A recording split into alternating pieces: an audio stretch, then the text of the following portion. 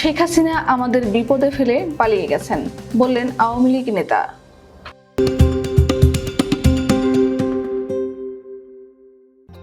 শেখ হাসিনা আমাদের তৃণমূল পর্যায়ের নেতাকর্মীদের বিপদে ফেলে রেখে পালিয়ে গিয়ে বিশ্বাস ভঙ্গ করেছেন। এখন আর আওয়ামী লীগের উপর আমাদের কোনো আস্থা নেই। সনাতন ধর্মাবলম্বীদেরও তার এবং তার দলের উপর আস্থা থাকলো না।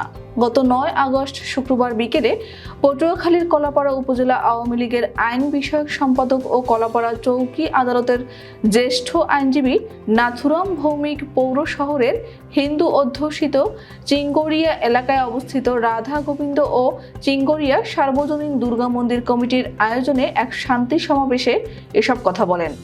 চিঙ্গরিয়া রাধা গোবিন্দ মন্দির ব্যবস্থাপনা কমিটির সাধারণ সম্পাদক সুখরঞ্জন তালুকদারের সভাপতিত্বে এতে প্রধান অতিথির বক্তব্য রাখেন পৌরসভার সাবেক মেয়র ও উপজেলা বিএনপির সভাপতি হুমায়ুন শিকদার।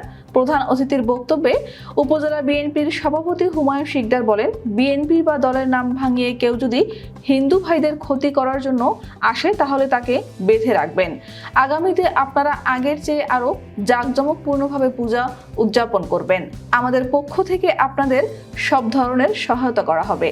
তিনি হিন্দু সম্প্রদায়ের মানুষজনকে আশ্বস্ত করে আরো বলেন, ইতোমধ্যে সুবিধাভোগী টাউট ও দুষ্কৃতকারীদের কেউ গোপনে ভয় দেখিয়ে আপনাদের কারো কাছ থেকে টাকা নিয়ে থাকলে আমাকে গোপনে জানান। আমি কথা দিচ্ছি সেই টাকার 5 গুণ আদায় করে দেব। আমি মনে করি এদেশে সংখ্যালঘু বলে কিছু নেই। এ দেশই আপনাদের জন্ম, আপনারা এদেশের নাগরিক। এদেশের প্রতি আপনাদের মমতা এবং ভালোবাসা রয়েছে। আপনারা এবং আমরা মিলে সাগর পাড়ের এই জনপদে সাম্প্রদায়িক সম্প্রীতির একটি সুন্দর দৃষ্টান্ত স্থাপন করতে চাই।